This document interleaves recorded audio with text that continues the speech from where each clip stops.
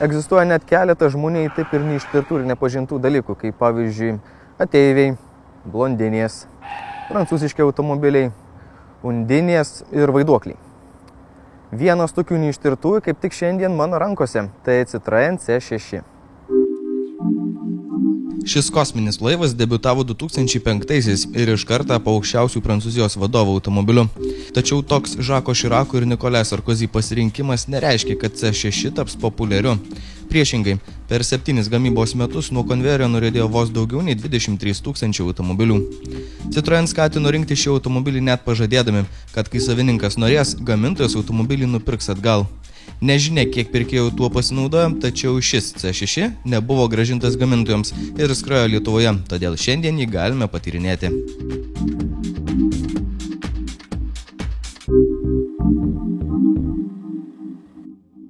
1962 m. rugpjūčio 22 dieną buvo pasikesinta į tuometinio Prancūzijos prezidento Šarlio de Gaulio gyvybę. Gyvybę jam išsaugojo šio Citroen C6 prosenelis Citroen DS. Jie abu turėjo vieną ypatingą bruožą – hidropneumatinę važiuoklę. Galbūt dėl šios priežasties C6 buvo pasirinktas ir šių laikų Prancūzijos prezidentų. Citroen naudojama unikali hidropneumatinė važiuoklė jau 60 mečių stebina pasaulį savo nepakartojamomis savybėmis.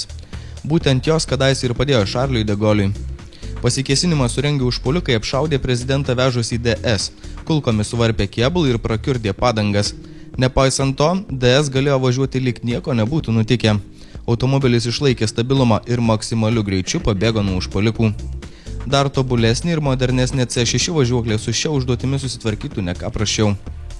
Visgi ši važiuoklė buvo kurta ne tokiems scenarijams, o komfortui ir puikioms valdymo savybėms. Tenka pripažinti, prancūzų rezultatas idealus. Važiuodamas per kelio nelygumus, C6 tampa laiveliu plaukiančiu per nedidelės bangeles.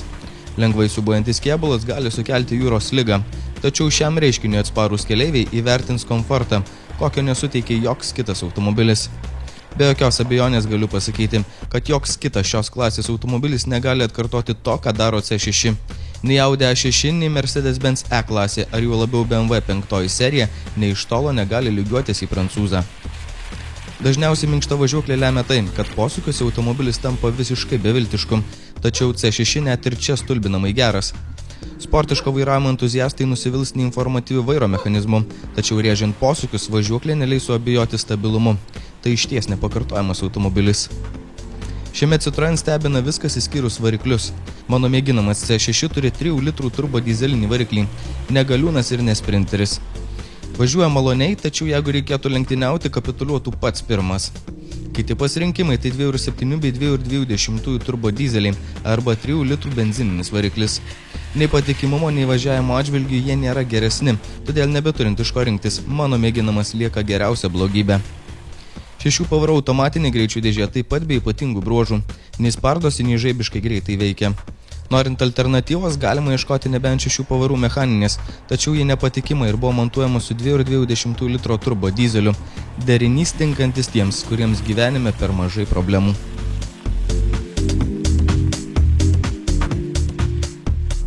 Iš kitų automobilių Citroen interjerai visuomet išsiskyrė tuo, kad prietaisai buvo padėti neaišku kur ir neaišku kaip. Tuo tarpu šis C6 visiška priešingybė, jau naudotis išties paprasta. Tačiau jeigu palyginčiau jį su bet kuriuo kitu automobiliu, kurį mėginau iki šiol, šis yra pats komfortiškiausias. Sunkiai sveiku protu suvokiamas Citroen prietaisų valdymas išgaravo. C6 neturi nieko tokio, ko reikėtų išsigąsti ir nesuprasti. Centrinėje konsolėje esantis prietaisų skydelis identiškas kaip ir Peugeot 407 modelyje. Mygtukų gal ir daug, bet jie lengvai suprantami ir po ranka, o ne kur nors po sėdynę. Prieš akis pūpso elektroninis spidometras, o šalia jo kita informacija. Visiškai nieko sudėtingo ir nieko įdomaus. Kokybės atžvilgių C6 taip pat per daug nenuvils, tačiau iki aukščiausio lygio šiam automobiliui nelemta pakilti. Keli mygtukai praradė spalvą, odinis porankis suskeldėjęs ir akivaizdžiai nusitrynęs. Laimė apie visą tai negalvoti padeda sėdynės. Fantastiškai patogios. Kartu su važiuoklėje sukuria tokį komforto lygį, kokio turėtų pavydėti bet koks kitas automobilių gamintojas. Magnifique.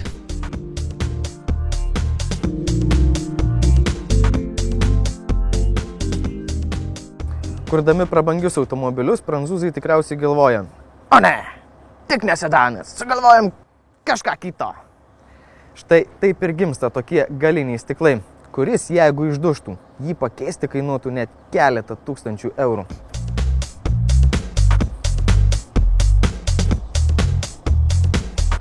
Kad C6 nepakartojamas galima suprasti vien jį pažvelgus, jokių tradicinių formų. Priekis aštrus ir ilgas, galinė dalis švelniai žemėjanti ir nei iš tolo neprimena klasikinio sedano. Net ir tokia smulkmena, kaip berėmiai durelių stiklai, suteikia savitumo ir išskirtinumo. Išskirtinumas be abejonės kainuoja. C6 galinis stiklas gamintas naudojant unikalią technologiją ir yra unikalios formos, todėl jo kaina taip pat unikali. Ir tai tik pradžia dalykų, kurie šiame automobilyje gali būti unikaliai brangus. Jeigu hidropneumatinė važiuoklė pradeda važiuotis, ruoškitės atidėti kelionį į kosmosą. Dalių bet kurioje parduotuvėje nerasti, kokybiškai automobilį gali suremontuoti ne bet kas, todėl remonto kaina gali įsipūsti iki kelių tūkstančių. Kaip kosminėme laive galite pasijusti ir sugedus C6 elektronikai. Jos čia daug, ji čia kaprizinga ir toli gražu ne visiems mokslininkams įkandama. Galiausiai svečiuojamės pas mūsų laidos draugus ir laborantus, servisą RDL, kurie atskleis daugiau C6 paslapčių. Patikriname Citroen C6. Kažkokių gedimų jisai slepia savyje ar nelabai? Na, jau šiuo metu jis nebeslepia jokių gedimų.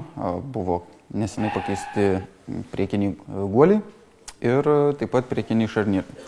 Na, liko tik sutvarkyti elektronikos bėdas.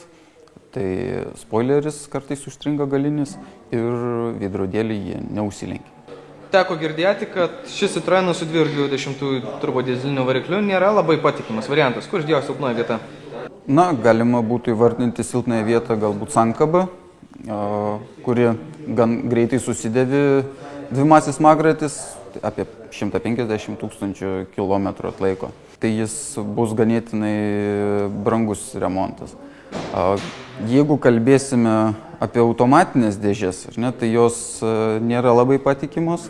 Silpnoji vieta yra hidraulinės dėžės blokas ir gendantis solenoidai. Citroen C6 turi savitą hidropneumatinę važiuoklę. Turi jį kažkokių tai savo įmantrybių? Ji yra automatiškai reguliuojama kompiuteriu, kuris valdo hidrosiurblį ir pagal važiavimo režimą valdo važiuoklę. Jei šis kompiuteris sugenda, tai atsieis tikrai ganėtinai brangiai. Jeigu ieškotume šio Citroen, kokį variklį geriausiai rinktis? Ar gal kažkuris vienas pasižymi labai trapumu ir silpnumu? Aš tikrai nerekomenduočiau 2.7 dizelinio variklio, nes gana greitai išsidėvi variklio žiedai. Na, todėl reiktų geriau vengti šito variklio. Šis Citroen tikrai prikištas kompiuterių ir elektronikos. Ar tai prancūziškom lygom serganti elektronika, ar pasitikėti ją galima? Jis turi tos elektronikos netgi daugiau negu vokiški automobiliai, bet tai nėra Citroenų stiprioji pusė ir tikrai iškyla gan dažnai problemų su elektronika. Tiek galite pamatyti, kad skydelį užsidega įvairios lemputės ir tada jau reikia žiūrėti, kas tenai yra nutikę. Ką geriau rinktis, ar vokišką, ar šį Citroeną? Citroeną šitą visų pirma galima būtų pagirti už saugumą, ypač už pasyvų saugumą. Jeigu partrenktumėt žmogų, tai yra ir kapotas pasikelia, kuris sumažina sužalojimo riziką. Tai pagal saugumą šį automobilį galima rekomenduoti. Jeigu pagal komfortą, jeigu norit, kaip sakant, plaukti kaip su laivu ar ne su automobiliu, tai irgi galima būtų Citroeną rekomenduoti. Jei norit išskirtinumą, taip pat galima rekomenduoti automobilį. Bet iš esmės vokiški automobiliai, pavyzdžiui, ir Audi ar Mercedesas, na, jie būtų vis tiek patikimesni negu šis.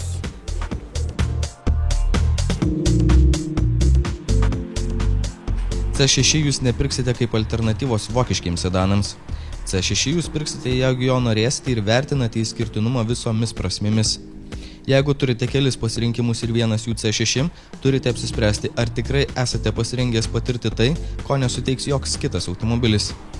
Galiausiai turėsite pasiruošti ir bent 5500 eurų jam įsigyti. Suma ne pati didžiausia, bet dar tie gali tekti išleisti remontui ir psichologams, norint grįžti į žemišką gyvenimą.